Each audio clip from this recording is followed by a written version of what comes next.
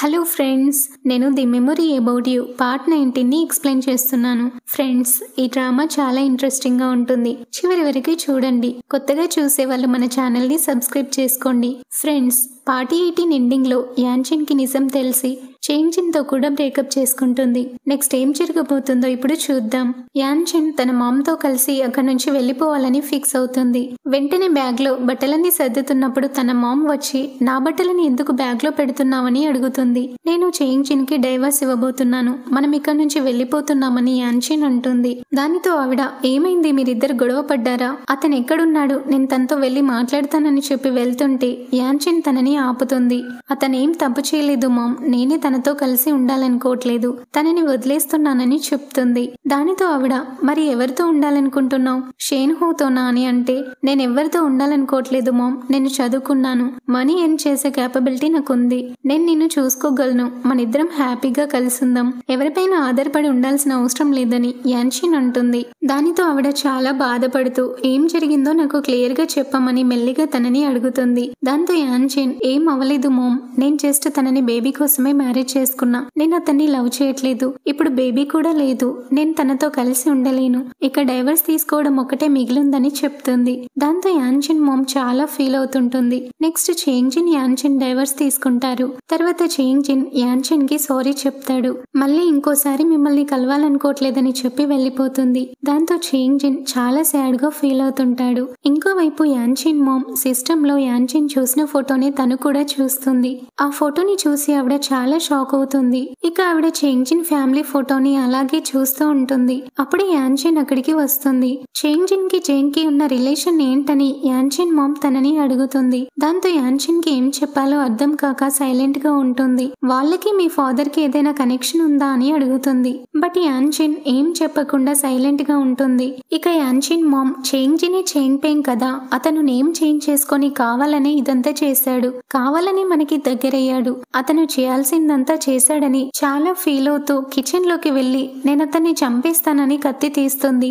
యాన్చిన్ తనని ఆపడానికి ట్రై చేస్తుంది.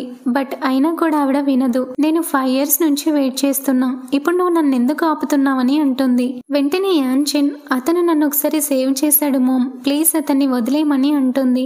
దాంతో ఆవిడ సైలెంట్ గా ఉంటుంది.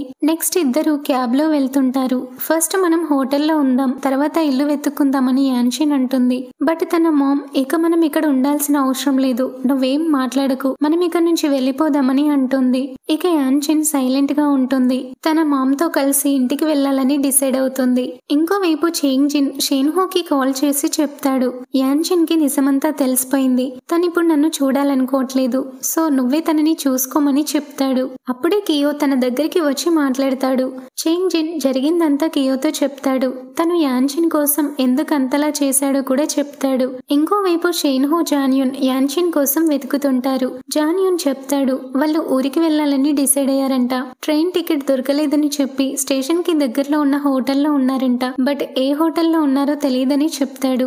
ఇంకోవైపు చేంజిన్ జరిగిందంతా కియోతో చెప్తాడు. తను యాన్చిన్ కోసం ఎందుకు అదంతా చేశాడో కూడా చెప్తాడు. ఇక చేంజిన్ చాలా డ్రింక్ చేస్తుంటాడు. కియో ఎంత చెప్పినా కూడా వినడు. ఇంకోవైపు షేన్హో జాన్యున్ అన్ని హోటల్స్ కి వెళ్లి యాన్చిన్ గురించి అడుగుతుంటారు. బట్ తను ఎక్కడ కనిపించదు. అనుకోకుండా ఒక హోటల్లో తనే షేన్హోకి ఎదురుపడుతుంది. షేన్హో చాలా హ్యాపీగా ఫీల్ అవుతుంటాడు. ఇక యాన్చిన్ ని చూసి షేన్హో చాలా ఫీల్ అవుతుంటాడు. జాన్యున్ మీరు మాట్లాడకుండాని చెప్పి అక్కడి నుంచి వెళ్ళిపోతాడు. ఇద్దరు కూర్చొని మాట్లాడుతుంటారు. మిమ్మల్ని వేరే ప్లేస్ కి తీసుకెళ్తానని షేన్హో అంటాడు. బట్ యాన్చిన్ ఇక్కడ బానే ఉంది, నీకు జస్ట్ 5 minutes టైం మాత్రమే ఇస్తున్నా, మా మామ్ వచ్చేలోపు ఏం చెప్పాలనుకుంటున్నావో త్వరగా చెప్పమని అంటుంది. షేన్హోకి ఏం మాట్లాడాలో అర్థం కాక సైలెంట్ గా ఉంటాడు. దాంతో యాన్చిన్ 2 weeks బ్యాక్ నువ్వు చేంజిన్ ని ఇంటి దగ్గర కలిసావా అని అడుగుతుంది. హా కలిసానని షేన్హో చెప్తాడు. అతనితో ఏం మాట్లాడావని అంటుంది. ఇక షేన్హో జరిగిందంతా తనతో చెప్తాడు.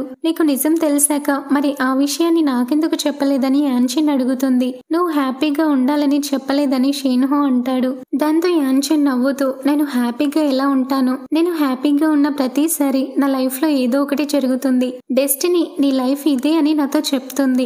ఇక నేను హోప్ వదిలేసుకున్నానని యాన్షిన్ అంటుంది. ఇక షేన్హో చాలా ఫీల్ అవుతూ నెక్స్ట్ ఏం చేయబోతున్నావని అడుగుతాడు. మామ్తో కలిసి ఇంటికి వెళ్తున్నా, ఇంకెప్పుడు షాంఘైకి తిరిగి రానని యాన్షిన్ అంటుంది.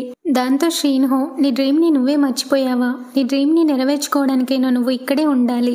ఇదంతా పక్కన పెడితే నీ ఫాదర్ కూడా నువ్వు కోరుకున్నట్టుగా నువ్వు ఉండాలని అనుకున్నాడు కదా, దానికోసమే తన ప్రాణాలని కూడా పోగొట్టుకున్నాడని చెప్తుంటాడు. నా డాడ్ గురించి మాట్లాడే అర్హత నీకు లేదని యాన్షిన్ ఉంటుంది. నేను కూడా మీ డాడ్ చనిపోవడానికి రీజనే కదా, బట్ నేను చెప్పేది విను.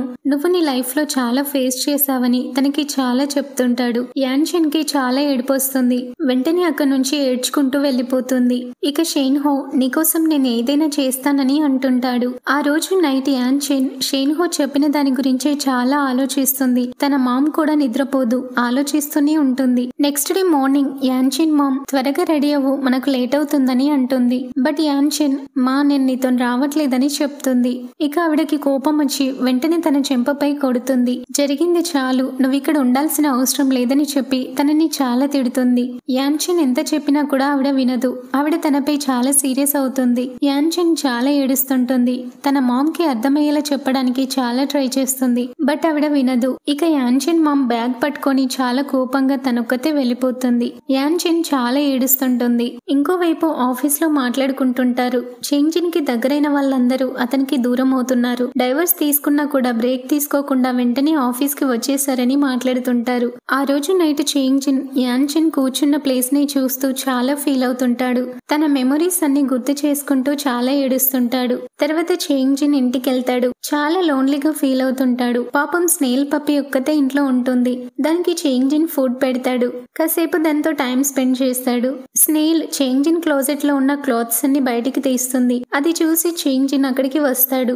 అప్పుడే అతనికి తెలుస్తుంది ఆ రోజు నైట్ యాన్షిన్ అతని షర్ట్ పై వేసిన స్నేల్ లేదని. చాలా టెన్షన్ పడుతూ క్లోజెట్ లో ఉన్న షర్ట్స్ అన్నింటినీ చూస్తాడు. అయినా కూడా కనిపించదు. తర్వాత చేంజిన్ చాలా ఫీల్ అవుతూ స్నేల్ తో కలిసి రోడ్ పక్కన కూర్చొని ఉంటాడు. కియో కార్లో అటువైపు రావడంతో తనని చూసి తన దగ్గరికి వెళ్తాడు.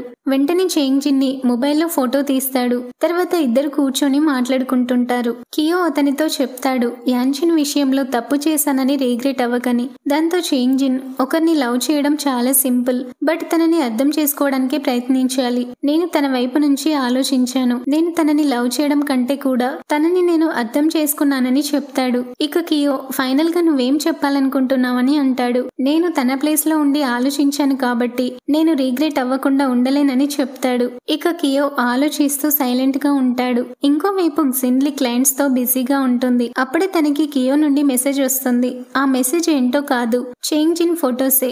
ఆ ఫొటోస్ చూసి జిన్లీ వెంటనే యాన్షిన్ కి కాల్ చేసి ఏమైందని అడుగుతుంది. దాంతో యాన్షిన్, నాకు ఒక ఫేవర్ చేస్తావా అని జిన్లీని అడుగుతుంది. ఏంటో చెప్పని జిన్లీ అనడంతో, రీసెంట్ గా ఇక్కడ చాలా జరిగాయి, సో నేను డోహర్ లో రిజైన్ చేయాలని ప్లాన్ చేసుకున్నాను. నా కోసం జాబ్ చూసి పెడతావా అని యాన్షిన్ అంటుంది. వెంటనే జిన్లీ, అమెరికా వచ్చేసాయి, ఇద్దరం కలిసి డ్రింక్ చేద్దామని అంటుంది. ఇక యాన్షిన్ రిలీఫ్ గా ఫీల్ అవుతుంది. ఆ రోజు నైట్ యాన్షిన్ బ్లూమూన్ రెస్టారెంట్ కి వెళ్తుంది. తనని చూసి విలియం, ఏమైంది డల్ గా కనిపిస్తున్నావని అడుగుతాడు. దాంతో లీ తను డైవర్స్ తీసుకుంది, అలాగే జాబ్ రిజైన్ చేసిందని చెప్తుంది. ఇక ఓతోంగ్, ఎలా ఉన్నావు యాన్షిన్, ఇప్పుడు ఓకేనా అని అంటుంది. ఓకే అయినా కాకపోయినా మనమున్న సిచ్యువేషన్ ని ఫేస్ చేయాల్సిందేనని యాన్షిన్ చెప్తుంది. ఇక ఓతోంగ్, నువ్వు స్ట్రాంగ్ ఉమెన్, ఎన్ని ప్రాబ్లమ్స్ వచ్చినా స్ట్రాంగ్ గా ఉంటావని చెప్తుంది. అలాగే నెక్స్ట్ ఏం చేయబోతున్నావని అడగడంతో, షాంఘైని వదిలేసి అమెరికా వెళ్లిపోతున్నానని చెప్తుంది. దాంతో ఓతోంగ్ అక్కడ న్యూ లైఫ్ ని స్టార్ట్ చేయమని చెప్తుంది. నెక్స్ట్ యాన్షిన్, ఈ స్నేల్ ని నువ్వు జాగ్రత్తగా చూసుకోమని చెప్పి ఓతోంగ్ కి ఇస్తుంది. ఒకవేళ దీన్ని నేను చూసుకోలేకపోతే నువ్వు ఇక్కడే ఉంటావా అని అడిగితే యాన్షిన్, నేను ఇక్కడ ఉండలేనని చెప్తుంది. ఇక అప్పుడే విలియం ఒక స్పెషల్ డ్రింక్ యాన్షిన్ కి ప్రిపేర్ చేసి ఇస్తాడు. అది చాలా చేదుగా ఉంటుంది, అలాగే దాన్ని తాగితే టేస్ట్ చేంజ్ అవుతుందని విలియం చెప్తాడు. దాంతో యాన్షిన్, థ్యాంక్స్ ఫర్ దిస్ డ్రింక్ అని చెప్తుంది. హార్డ్ వర్క్ చేయమని విలియం చెప్తాడు. నెక్స్ట్ యాన్షిన్ తన ఇంటికి వెళ్లి తన మామ్ ని పిలుస్తుంది. యాన్షిన్ మామ్ ఇంట్లోనే ఉంటుంది, కానీ డోర్ ఓపెన్ చేయదు. దాంతో యాన్షిన్ తన మామ్ కోసం తెచ్చినవన్నీ డోర్ దగ్గరే పెట్టి తన మామ్ ని చూడకుండానే చాలా సాడ్ గా ఫీల్ అవుతూ వెళ్లిపోతుంది. యాన్షిన్ మామ్ కూడా చాలా ఫీల్ అవుతుంటుంది. ఇంకోవైపు ఓతోంగ్ జాన్యూన్ కి కాల్ చేసి చెప్తుంది, రేపు యాన్షిన్ అమెరికా వెళ్తుంది, షేన్హోతో చెప్పమని చెప్తుంది. షేన్హో జాన్యూన్ దగ్గరే పడుకొని ఉంటాడు.